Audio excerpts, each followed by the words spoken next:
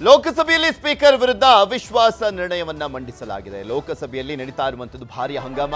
ವಿಪಕ್ಷಗಳ ಮಾತಿಗೆ ಅವಕಾಶ ನೀಡದ ಆರೋಪ.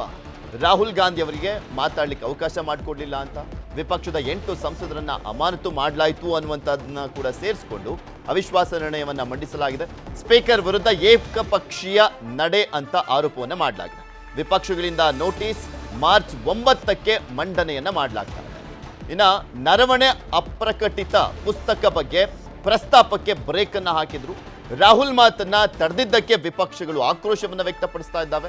ಪ್ರತಿಭಟನೆ ಹಂಗಾಮ ಮಾಡಿದ್ದಂತ 8 ಮಂದಿಯನ್ನ ಸಸ್ಪೆಂಡ್ ಕೂಡ ಮಾಡಲಾಗಿತ್ತು. ಪ್ರಧಾನಿ ಆಸನಕ್ಕೆ ಮುತ್ತಿಗೆ ಯತ್ನ ಅಂತ ಹೇಳಿದ್ರು ಸ್ಪೀಕರ್. ವಿಪಕ್ಷಗಳ ಬಗ್ಗೆ ಸುಳ್ಳು ಹೇಳ್ತಾ ಇದ್ದಾರೆ ಎನ್ನುವಂತ ಆರೋಪ ಕೂಡ ಇದೆ. ಇದು ಸುಳ್ಳು ಅಂತ ವಿಪಕ್ಷ ಸಾಕ್ಷ್ಯ ನೀಡಿರುವಂಥದ್ದು ರಿಜಿಜು ಅವರು. ಇದ್ರ ಬಗ್ಗೆ ಮಾತನಾಡೋಣ. ಅದಕ್ಕೂ ಮುಂಚೆ ಒಂದು ಬೈಟ್ ಇದೆ. ಲೋಕಸಭೆಯಲ್ಲಿ ಏನಾಗ್ತಾ ಇದೆ ಅನ್ನುವಂಥದ್ರ ಬಗ್ಗೆ ಸ್ಪೀಕರ್ ಅಸಮಾಧಾನವನ್ನ ವ್ಯಕ್ತಪಡಿಸಿದ್ರು. ಆರೋಪ ಏನಾಗಿತ್ತು, ವಿಪಕ್ಷಗಳ ಆರೋಪ ಏನೋ ನೋಡೋಣ. माननीय महामहिम राष्ट्रपति के अभिभाषण पर जवाब देना था, तो मेरे पास पुख्ता ऐसी जानकारी आई कि कांग्रेस पार्टी के कई सदस्य माननीय प्रधानमंत्री जी के आसन पर पहुंचकर कोई भी अप्रत्याशित घटना कर सकते थे। ये दृश्य मैंने सदन में देखा भी सही। अगर ये घटना हो जाती तो ये अत्यंत अप्रिय दृश्य देश के लोकतांत्रिक परंपराओं को तार तार कर देता।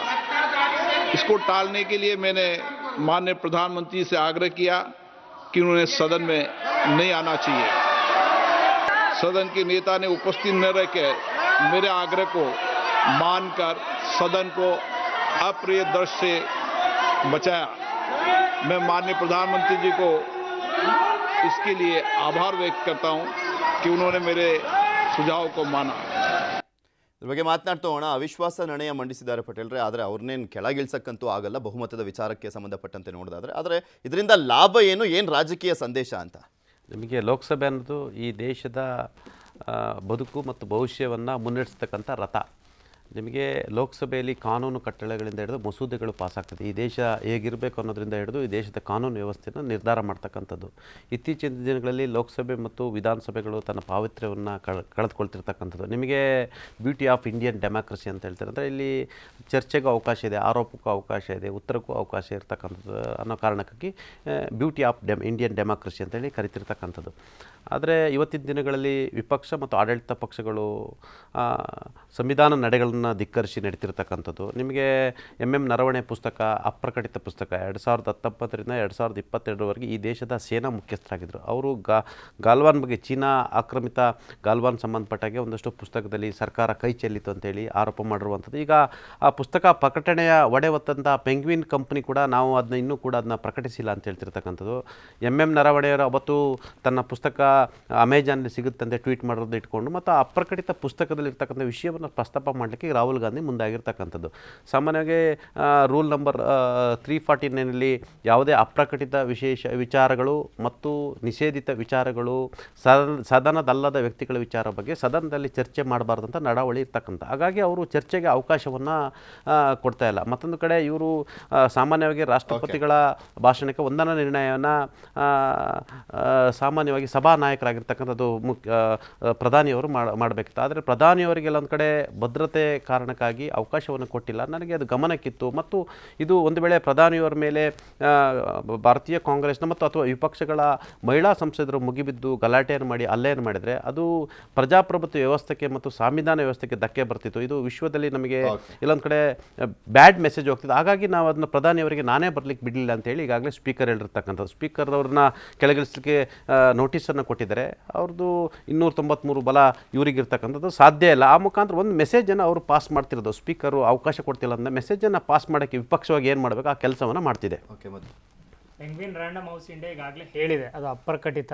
ನಾವು ಪ್ರೀ ಆರ್ಡರ್ ಹಿಸ್ಟ್ರಿ ಅದು ತೋರಿಸುವಂಥದ್ದು ಸೋಷಿಯಲ್ ಮೀಡಿಯಲ್ಲಿ ಅವರು ಕೂಡ ಹಾಕೊಂಡಿರುವಂಥದ್ದು ಅಂತ ಅದನ್ನೇ ಸಪ್ಲಿಮೆಂಟ್ರಿಯಾಗಿ ಇಟ್ಕೊಂಡು ರವಣೆ ಅವರು ಕೂಡ ಮತ್ತೊಂದು ಟ್ವೀಟ್ ಮಾಡಿ ಅದನ್ನು ಕ್ಲಾರಿಫಿಕೇಷನನ್ನು ಕೊಟ್ಟಿದ್ದಾರೆ. ಸೊ ಅದು ಇನ್ನೂ ಪ್ರಕಟಿತ ಆಗಿರಲಿಲ್ಲ, ಅದು ಬರುತ್ತೆ ಅನ್ನುವಂಥದ್ದನ್ನು ನಾನು ಹೇಳಿರುವಂಥದ್ದು. ಸೊ ಅದರ ಆಚೆಗೆ ಈಗ ರಾಹುಲ್ ಗಾಂಧಿ ಅವರು ಹೇಳ್ತಾ ಇರುವಂಥದ್ದು ಪೆಂಗ್ವಿನ್ ಹೇಳಿದ್ದನ್ನು ನಂಬ್ತೀರಾ, ನರವಣೆ ಅವರು ಬರೆದಿರೋದನ್ನು ನಂಬ್ತೀರಾ ಅನ್ನೋವಂಥ ಪ್ರಶ್ನೆಯನ್ನು ಕಂಟಿನ್ಯೂ ಮಾಡಿದ್ದಾರೆ.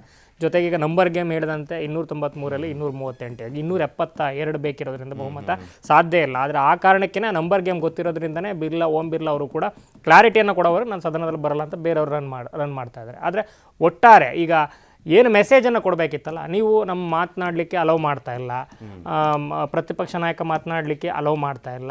ಸೊ ಅದೇ ನಿಮ್ಗೆ ಆಡಳಿತ ಪಕ್ಷದ ಸಂಸದರು ಅಧ್ಯಕ್ಷರ ಮಾತನ್ನು ಮೀರಿ ಮಾತನಾಡಿದ್ರು ಕೂಡ ಅವರಿಗೆ ಅವಕಾಶವನ್ನು ಕೊಡ್ತೀರಾ. ನೀವು ರೂಲ್ ಮಾಡಿದ ತಕ್ಷಣ ನಾವು ಅದನ್ನು ನೀವು ಸಮನ್ ಮಾಡಿದ ತಕ್ಷಣ ನಾವು ಸುಮ್ಮನಾಗಬೇಕು, ಇದು ಯಾವ ಥರ ಅನ್ನುವಂಥ ಒಂದು ಪ್ರಶ್ನೆಗಳನ್ನು ಕೇಳ್ತಾ ಇದ್ದರೆ, ಈ ಮೂಲಕ ವಿಶ್ವಾಸ ಇಲ್ಲ ನೀವು ನಡೆಸುವಂಥ ಕಲಾಪಗಳಲ್ಲಿ ಅನ್ನುವಂಥ ಮೆಸೇಜನ್ನು ಪಾಸ್ ಮಾಡೋಂಥದ್ದು. It's not about number game, it's about giving a message. ಆ ಒಂದು ಪ್ರಯತ್ನವನ್ನು ಪ್ರತಿಪಕ್ಷಗಳು ಇಂಡಿಕೂಟ ಮಾಡ್ತಾ ಇದೆ. ಆದರೆ ಅದರಲ್ಲಿ ಈಗ ಏನು ನಿಲುವಳಿ ಏನಿದೆ ಅದಕ್ಕೆ ಸಹಿ ಹಾಕಿರೋರು ಕೂಡ 108, 118 ಇದ್ದಾರೆ. ಅದರಲ್ಲಿ TMC ಕೂಡ ಏನು ಸೈನ್ ಹಾಕಿಲ್ಲ.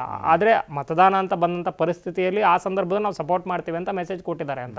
ಒಟ್ಟಾರೆ ನಂಬರ್ಸ್ ಇಲ್ಲ, ಆದರೆ ಮೆಸೇಜ್ ಕೊಡುವಂಥ ಪ್ರಯತ್ನವನ್ನು ಮಾಡಿದರೆ ಈ ಮೂಲಕ ಮುಂದಿನ ದಿನಗಳಲ್ಲಿ ಅಂದರೆ ಇವರ ಆಗ್ರಹಗಳು ಅಥವಾ ಇವರೇನಾದರೂ ನಾವು ಚರ್ಚೆಗೆ ಅವಕಾಶವನ್ನು ಬೇಕು ಅಂತ ಕೇಳಿದಂಥ ಸಂದರ್ಭದಲ್ಲಿ ಸ್ವಲ್ಪ ಕನ್ಸಿಡರೇಟ್ ಮಾಡಲಿ, ಡೆಮಾಕ್ರೆಟಿಕ್ ಆಗಲಿ ಅಥವಾ ಇನ್ನು ಸ್ವಲ್ಪ ನಮಗೆ ಆದ್ಯತೆಯನ್ನು ಆಸ್ಪದವನ್ನು ಕೊಡಲಿ ಅನ್ನೋ ಲೆಕ್ಕಾಚಾರಕ್ಕೆ ಈ ಮೂಲಕ ಜನರಿಗೆ ನಾವು ನಮ್ಮ ಕಡೆಯಿಂದ ಏನು ಮೆಸೇಜ್ ಕೊಡಬೇಕು ಆ ಒಂದು ಪ್ರಯತ್ನವನ್ನು ಮಾಡ್ತಾ ಇದ್ದೀವಿ ಅನ್ನೋ ರೀತಿ ಒಂದು ಪ್ರಯತ್ನವನ್ನು ಮಾಡಿದರೆ ಬಿಟ್ಟರೆ ನಂಬರ್ ಗೇಮಲ್ಲಂತೂ ಅವ್ರನ್ನ ಕೆಳಗಿಡಿಸೋಕ್ಕಾಗಲ್ಲ. 1-2-3 ಸಲ ಆಗಿರ್ಬೋದು ಹಿಂದೆ ಇತಿಹಾಸದಲ್ಲಿ, ಆದರೆ ಈ ಸಲದ ನಂಬರನ್ನು ನೋಡಿದಂಥ ಸಂದರ್ಭದಲ್ಲಿ ಆಗಲ್ಲ.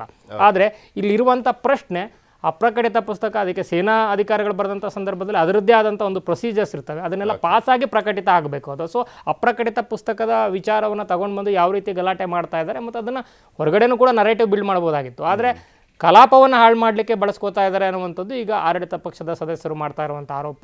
ಅದು ಏನಿವೆ ರಾಜಕೀಯ ಆರೋಪ ಪ್ರತ್ಯಾರೋಪಗಳ ನಡುವೆ ಈ ಸಲದ ಕಲಾಪವಂತೂ ಆಲ್ಮೋಸ್ಟ್ ಒಂದು 80%, ಅಬೋ 80% ಈ ಒಂದು ನರವಣೆ ವಿವಾದದಲ್ಲೇ ಕಳೆದೋಗಿದೆ. ಪೃಥ್ವಿ ಏನಾಗುತ್ತೆ ಅಂತ ಧನ್ಯವಾದ ಮಧು.